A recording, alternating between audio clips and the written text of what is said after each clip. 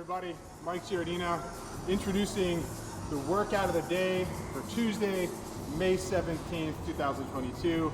It's going to be a single modality workout where it's 7 rounds, 1 minute max distance on bike of your choice, 1 minute rest. You're going to post bike type and total distance to the comments. There are probably a few strategies that you can use in this type of workout. You know, maybe you can pace it and try to maintain that distance throughout 7 rounds. Maybe you can try to go up and taper down. There are all different types of things that you can do to try to accumulate as much distance as possible. But we're gonna go with a slightly different strategy this time. One that was pretty dominant in the old school days of CrossFit. The old, churn and burn, fly and die. We're gonna hit this thing full send right from the beginning. First round, 1 minute, as far and as fast as I can possibly go. Now let's just see if I can hang on or even just survive the next 6 rounds. We're essentially testing my ability to resist death to some extent. So it's gonna be pretty awesome. Now who I have next to me is Dr. Tommy Wood, who's world renowned in his ability to explain the physiological responses, cognitive responses to exercise, and as well as longevity.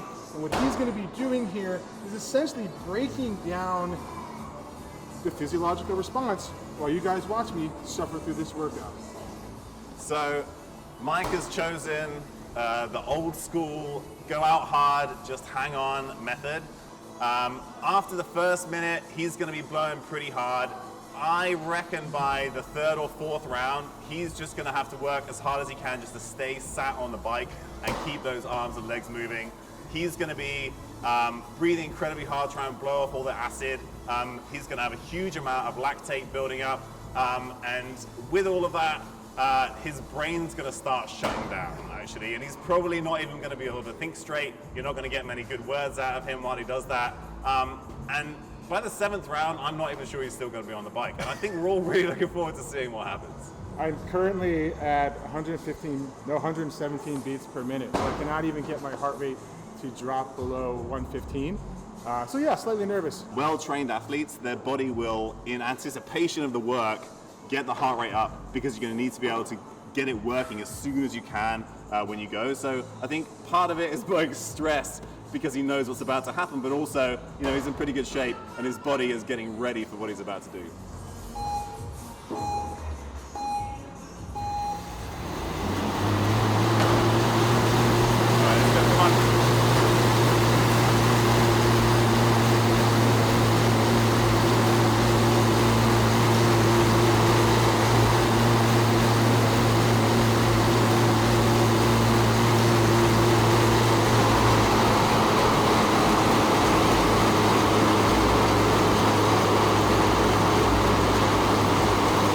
Working pretty hard, he's well over 1,000 watts. Just keeping it hard. Starting to drop a little bit. Come on, Mike, let's keep it going. Another 20 seconds. We're already starting to feel it.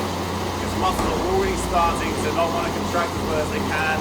Problems with calcium moving in and out of the muscle, he just can't keep it going. Already starting to fade.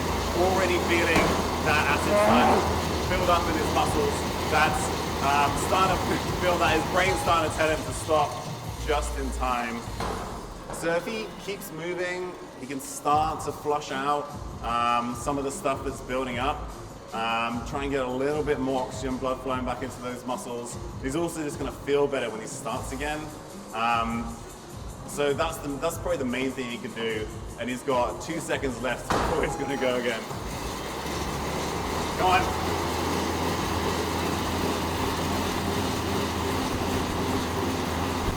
Alright, so already at the start of this, he's about half the watts that he managed at the beginning of his first round. So he's already had a massive fade. He's going to have to work really hard just to keep those muscles moving. He's going to be blowing really, really hard, trying to offload some of the acid that's building up. The muscles really don't want to contract. He's doing whatever he can just to get the pedals moving. Oh my God. So already is a point where he can't produce as much power as he probably would do if he was just going to sit on the bike at a steady state for like 20 or 30 minutes, maybe even an hour. So just getting the pedals moving is really hard work. My head is screaming. Only 5 more. So now in round 3, we're down to about maybe almost a quarter of what he was producing in terms of power right at the beginning of his first round. So there's going to be a huge burn in his legs. It's for a whole number of reasons. People used to think it was lactate. It's not lactate, but he is generating a whole bunch of acid. He's using up all the energy that he can from his ATP. Doing that creates this whole bunch of acid. That's going to start to really burn. With that, he just can't contract his muscles as well. All of the sort of ions in the muscles that go in and out to try and help muscle contraction, those are starting to sort of dissipate. They're not working in the same way, and he just can't contract those muscles, plus huge amount of pain. His brain is telling him right now that he really wants to stop. And so there's this big part of fatigue, which is the brain saying, you know, we're in real trouble here. We really need to stop going. And you know, this is sort of from the top down. He really wants to get this over with as soon as possible.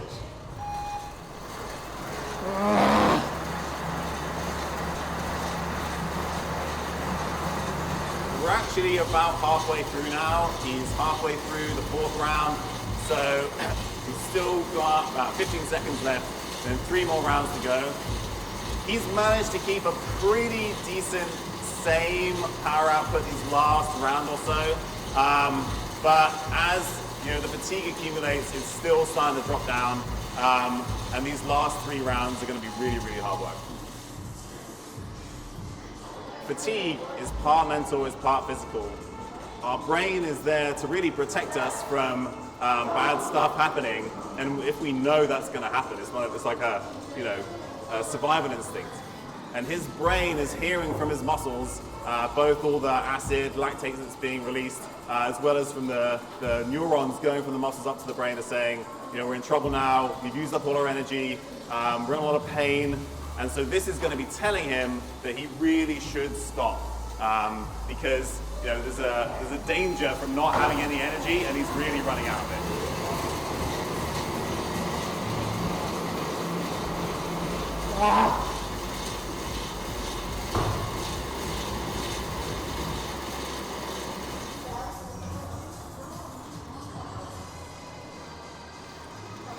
When your cells run out of energy, basically they're going to die. And Mike's nowhere near to that, even though he might feel like that's the case. But your brain is trying to protect you from that happening. So when something's going on, you know, you're asking your muscles to do something, it's depleting them of energy, that's what's causing all this acid buildup. As he goes again. When that happens, right now he's basically fighting his brain, which is trying to tell him to stop. Because it doesn't want his cells to run out of energy, which is essentially the whole part of being alive. It's about halfway through round 6, so 90 seconds of work left. He's working as hard as he can to keep those pedals moving. He's doing a pretty good job staying around about a quarter of where he was to begin with. So actually, I'm pretty impressed with how he's managing to hold on. He's definitely lasted longer than I thought he was going to. He's got 2 seconds, then he's going to get one last break.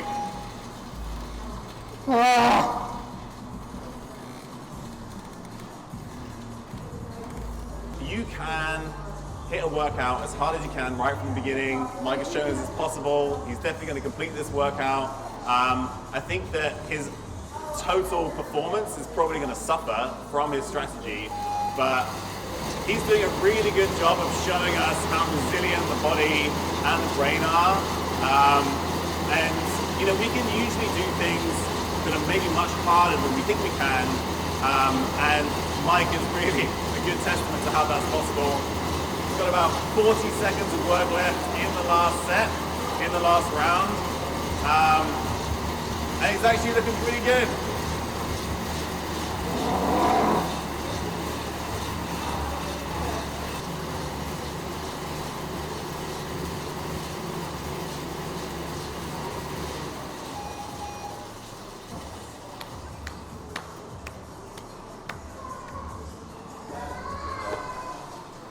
track. What I'm doing. 7 minutes of work effective?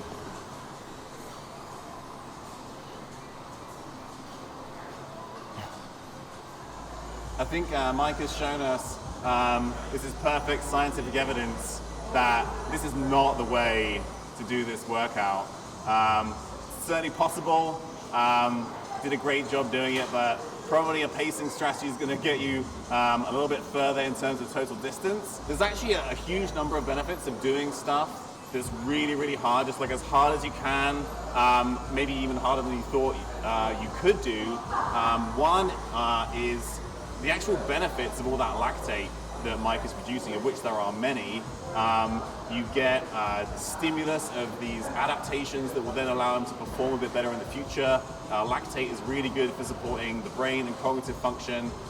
It's probably also going to tell his brain that he's capable of these things, so he's going to be able to push himself even harder in the future. So there's this part, if the brain is telling you, I can't do this, it's too hard. If you've shown the brain that you're capable of this, you'll be allowed and able to do hard things in the future. So even though it may be not best for performance, actually a number of reasons why doing this kind of stuff as hard as you can, for as long as you can actually be beneficial for the brain and the body. I'd get this feeling like my head was in a vice, like it was just compressing at the temples. It was like everything I had to push through that pain. And the pain was obviously in my legs, it was systemic, but there was this excruciating headache that was that I had to fight through. That was one of the hardest parts. In the 6th and 7th round, I think it only went away because I just couldn't I had dipped so low, I was almost forced to recover slightly, and then I could push a tiny bit more the last 2 rounds. Well, I had nothing. It was it forced me to rest a little bit. It was terrible.